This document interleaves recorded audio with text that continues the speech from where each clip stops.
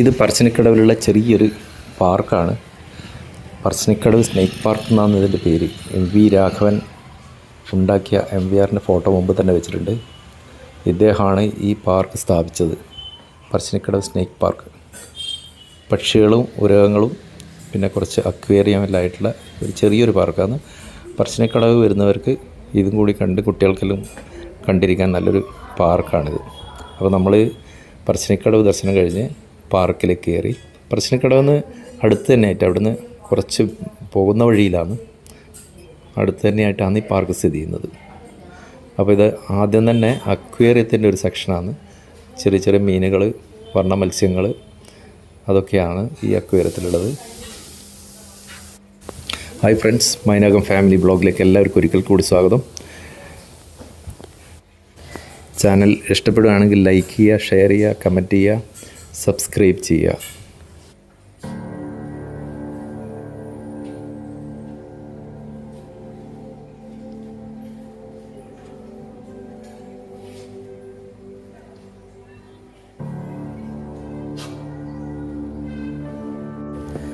അക്വേറിയത്തിൻ്റെ section കഴിഞ്ഞ് വെളിയിൽ വന്നാൽ നമ്മൾ ആദ്യം കാണുന്നത് കാട്ടുപൂച്ചയാണ്.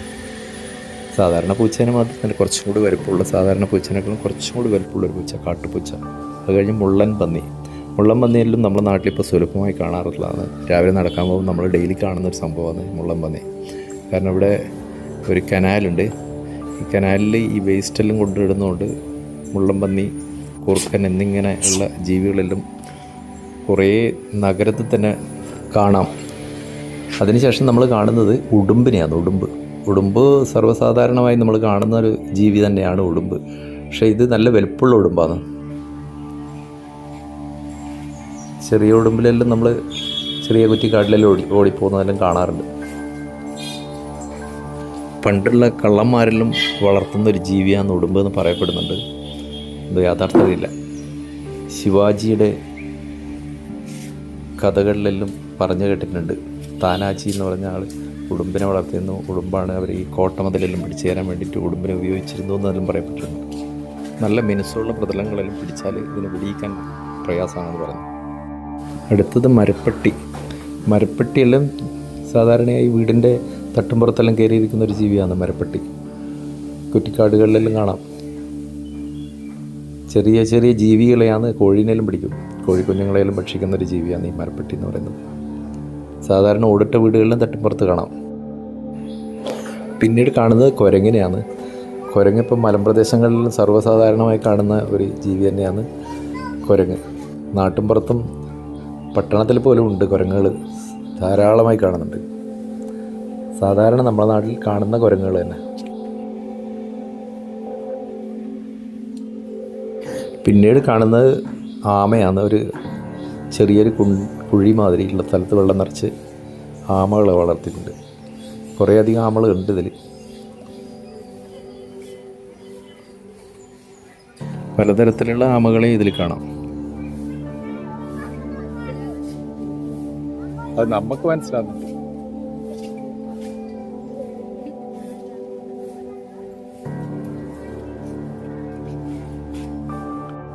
അടുത്തതായിട്ട് കാണുന്ന യമൂനെയാണ്. യമു നമ്മുടെ നാട്ടിലുള്ള പക്ഷിയല്ല, അത് ഓസ്ട്രേലിയയിൽ വളരുന്നൊരു പക്ഷിയാണ്. ഇപ്പം നമ്മുടെ നാടുകളിലും ഇതിനെ വളർത്തുന്നുണ്ട്. ഇതിൻ്റെ മുട്ടക്കും ഇറച്ചികളിലായിട്ട് വളർത്തുന്നുണ്ട്, ഫാമുകളിലെല്ലാം വളർത്തുന്നുണ്ട്.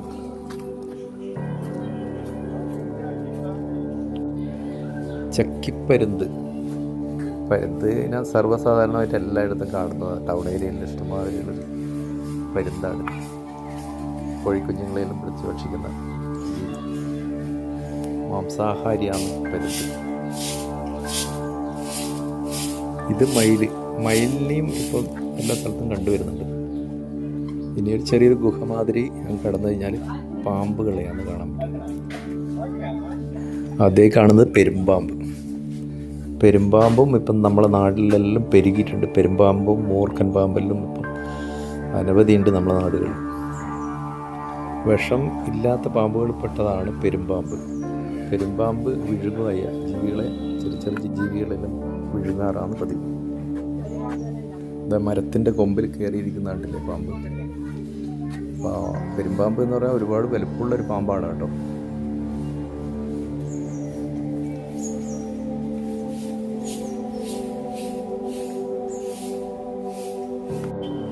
പിന്നീട് കാണുന്നത് മൂർഖൻ പാമ്പിനെയാണ്.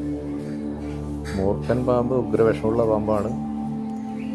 കടിച്ച ഉടൻ മസ്തിഷ്കത്തിലാണ് ഇതിൻ്റെ പോയ്സൺ കീറുക. ഭയങ്കര അപകടകാരിയായ പാമ്പാണ് മൂർഖൻ. പിന്നീട് കാണുന്നത് ചേരപ്പാമ്പിനെയാണ്. ചേര വിഷമില്ലാത്ത പാമ്പാണ്. കൂടുതലും നമ്മൾ ഭയപ്പെടേണ്ട ആവശ്യമില്ല.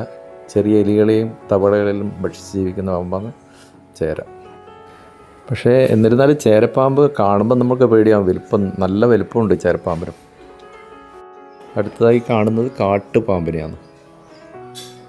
കാട്ടുപാമ്പ് മരത്തിൻ്റെ ചില്ലകളിൽ ചെറിയ സൈസ് ചെറുതായിരിക്കും. ചില്ലകളിലെല്ലാം കാണപ്പെടുന്ന പാമ്പാണ്. പിന്നീട് കാണുന്ന ഗ്രീൻ ഇഗ്വാന, നമ്മുടെ ഓന്തുകളിലെ വിഭാഗത്തിൽപ്പെട്ട ഒരു ചെറുജീവിയാണ് ഇഗ്വാന. അടുത്ത സെക്ഷൻ മുതലകളുടെയാണ്. മുതലകൾ ഡേഞ്ചർ ജീവിയാണ്. കിട്ടിക്കഴിഞ്ഞാൽ നമ്മളെ കംപ്ലീറ്റ് ഭക്ഷിച്ചാളി. അത്യധികം അപകടകാരിയായ ജീവിയാണ് മുതലകൾ.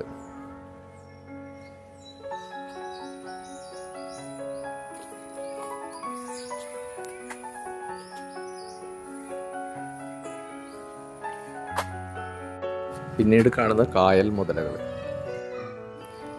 മുതല വിഭാഗത്തിൽപ്പെട്ടതെല്ലാം ഡേഞ്ചർ സാധനങ്ങളാണ്. എൻ്റെ കിടപ്പ് കണ്ടില്ല, എത്ര പാവങ്ങളാണ് ശാന്തമായി കിടക്കുന്നത്. പക്ഷെ ആളെ കിട്ടിക്കഴിഞ്ഞാൽ പെട്ടെന്ന് പണിയാക്കും. അടുത്തതായി കാണുന്ന ഒരു പ്ലാറ്റ്ഫോമാണ്, വിശ്രമ സ്ഥലം. പിന്നെ ഇവിടെ ഒരു സിനിമയുടെ ഗിർ എന്ന് പറയുന്ന സിനിമയുടെ ഷൂട്ടിംഗ് നടന്ന ലൊക്കേഷനാണ്. ഇപ്പോൾ ഒരു കൃത്രിമ വനം സൃഷ്ടിച്ചിട്ട് ഇവിടെ ഒരു ഷൂട്ടിംഗ് നടന്നതായി പറയപ്പെടുന്നുണ്ട്. അതിൻ്റെ ചിത്രീകരണം നടന്നൊരു സ്ഥലമാണ് ഇതെന്ന് പറഞ്ഞു. കുഞ്ചാക്ക ബോബനും സുരാജ് വെഞ്ഞൂറാമൂടലും അഭിനയിച്ച പടമാണ്.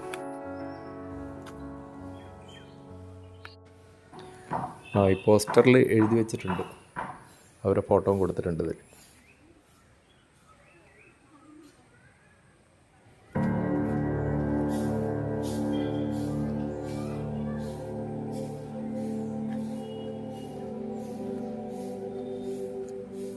ഇതാണ് ആ കൃത്രിമ വനം. നമ്മൾ സിനിമയെ കാണുമ്പോൾ ശരിക്കും ഒറിജിനൽ വനം തന്നെ ആയിരിക്കും ഇത്. ഈ സംഭവമാണ് വനം. മരങ്ങളും ഈ പാറക്കെട്ടുകളിൽ കൃത്രിമമായിട്ട് നിർമ്മിച്ചതാണ് ഘടകങ്ങൾ. വനത്തിനുള്ളിലെ ഒരു വനത്തിൻ്റെ അതേ പ്രതീതിയാണ് ഇത് കാണുമ്പോൾ.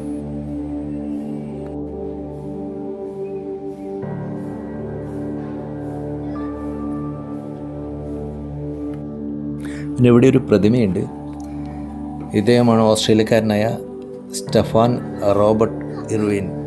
ഇദ്ദേഹം മുതലകളുടെ കളിക്കൂട്ടുകാരനാണ്. മുതലകളെ കൂടുതൽ നമ്മൾക്ക് പരിചയപ്പെടുത്തി തന്ന ഇദ്ദേഹമാണ്. പക്ഷേങ്കിൽ പിന്നീട് തിരണ്ടിയുടെ കുത്തേറ്റ് മരണപ്പെട്ടുപോയി.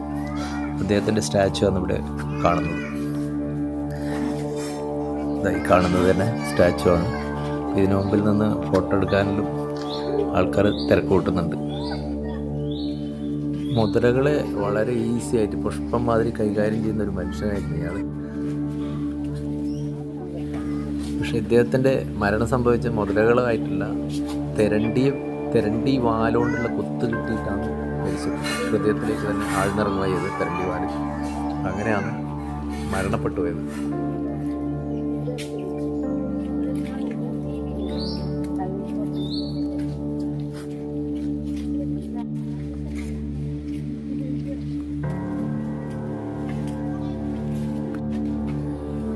പച്ചിലപ്പാമ്പിൻ്റെ ഒരു കൂടാണ്.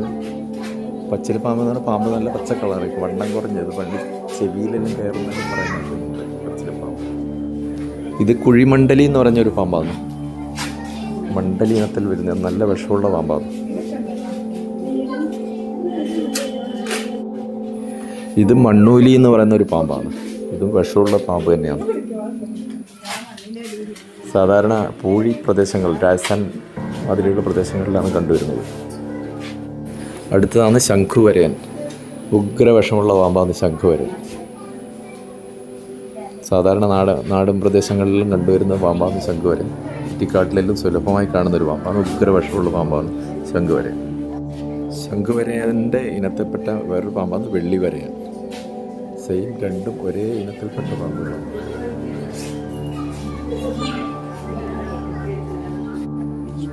ഇത് ഇരുതലയൻ പാമ്പ്. പിന്നെ ഇതിൻ്റെ തല എവിടെയാണെന്ന് അറിയില്ല, 2 വശത്തും തലയാണ്.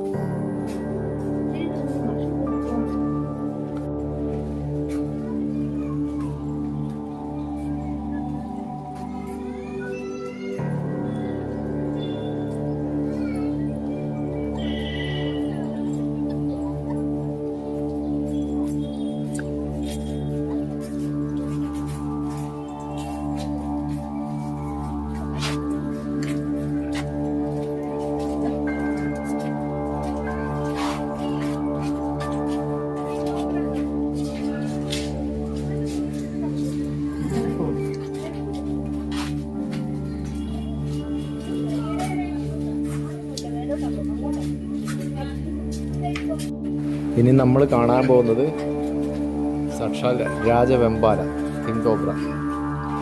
ഏറ്റവും അധികം വിഷമുള്ള പാമ്പാണ് രാജവെമ്പാല. പക്ഷേങ്കിൽ കേരള ഹിസ്റ്ററിയിൽ ഇതുവരെ 1-2 ആൾക്കാർ മാത്രമേ രാജവെമ്പാല കടിച്ചിട്ട് മരണപ്പെട്ടിട്ടുള്ളൂ. രാജവെമ്പാല അങ്ങനെ അധികം ആരും കടിക്കാറില്ല. പക്ഷേങ്കിൽ രാജവെമ്പാലയുടെ വിഷം എന്ന് പറഞ്ഞാൽ കുറച്ച് കൂടുതൽ അളവിലുള്ള വിഷമാണ് ഇത് ഒറ്റ കടിയിൽ കയറ്റുക. അതുകൊണ്ടാണ് പെട്ടെന്ന് തന്നെ മരണം സംഭവിക്കുന്നതിൻ്റെ കാര്യം. പിന്നെ ഇവിടെ ഒരാൾ ഇരുന്നിട്ടുണ്ട്, ധ്യാനത്തിലിരിക്കുവാന്ന് നമ്മളെ മാക്രിച്ചേട്ടൻ. കരിമ്പുലിയാണ്, കരിമ്പുലി ഇറങ്ങി വരുന്നതായിട്ടുള്ളൊരു സ്റ്റാച്ചു ആണ്.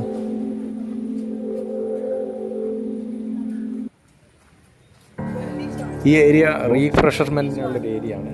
ടോയ്ലറ്റ് കാര്യങ്ങളെല്ലാം കൂടാതെ ചെറിയൊരു കോഫി ഷോപ്പ്, സ്നാക്സ്, ഇതേമാതിരിയുള്ള സാധനങ്ങളെല്ലാം കഴിക്കാനും റെസ്റ്റ് ചെയ്യാനുള്ളൊരു ചെറിയൊരു സ്പേസ്. പലതരം അച്ചാറുകൾ, മാങ്ങ, നെല്ലിക്ക, പൈനാപ്പിൾ, ഇതേമാതിരിയുള്ള അച്ചാറുകളെല്ലാം കുപ്പിയിലാക്കി വെച്ചിട്ടുണ്ട്.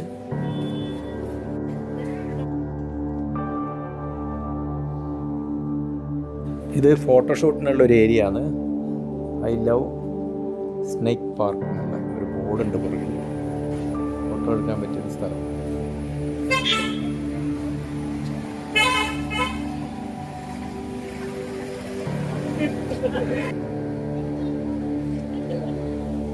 സ്നേക്ക് പാർക്കിന് വെളിയിൽ വന്നാലുള്ള ഏരിയ ആണിത്. ഇതാണ് ഫ്രണ്ട്. ഇതിൻ്റെ സ്നേക്ക് പാർക്കിൽ കയറാനുള്ള ടിക്കറ്റ് എടുക്കാനുള്ള കൗണ്ടറും കാര്യങ്ങളുണ്ടാകുന്നത്. അങ്ങനെ നമ്മൾ MVR സ്നേക്ക് പാർക്ക് കണ്ട് തിരിച്ചു പോവുകയാണ്.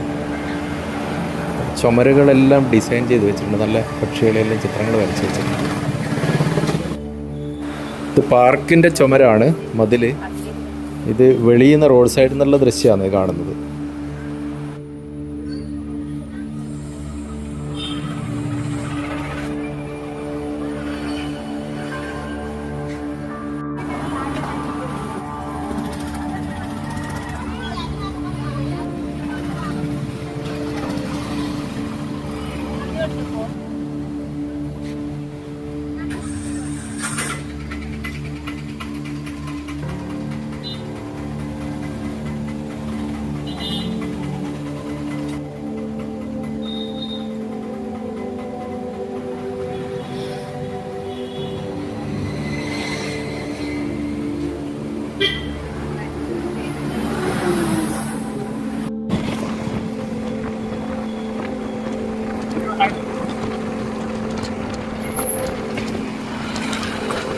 അപ്പോൾ നമ്മൾ അവിടുന്ന് യാത്ര തിരിച്ച് ധർമ്മശാല എന്ന് പറയുന്ന സ്ഥലത്തെത്തി. ധർമ്മശാലയെത്തി അവിടുന്ന് ഇടത്തോട്ട് തിരിഞ്ഞ് കണ്ണൂർ റോഡ് ഹൈവേയിലേക്കാണ്. ഹൈവേ പണി നടക്കുകയാണ്. അപ്പോൾ നമ്മൾ ബ്രേക്ക്ഫാസ്റ്റ് കഴിച്ചില്ല. ഇവിടെ ഒരു ഹോട്ടലുണ്ട്, ഇന്ത്യൻ കോഫി ഹൗസിൻ്റെ ധർമ്മശാലയുള്ള വലിയൊരു ഹോട്ടലാണ്. അപ്പോൾ അവിടുന്ന് ബ്രേക്ക്ഫാസ്റ്റ് കഴിച്ചിട്ട് കണ്ണൂരിലേക്ക് പോകാമെന്നാണ് വിചാരിക്കുന്നത്.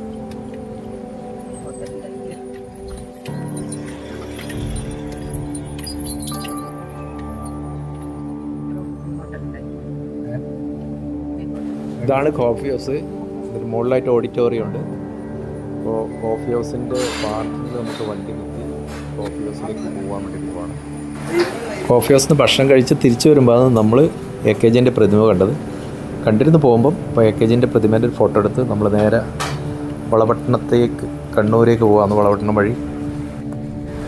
ഹൈവേയുടെ പണി നടക്കുകയാണ്. ത്രൂ ഔട്ട് വളപട്ടണം പുഴ വരെ പണിയോട് പണിയാണ്.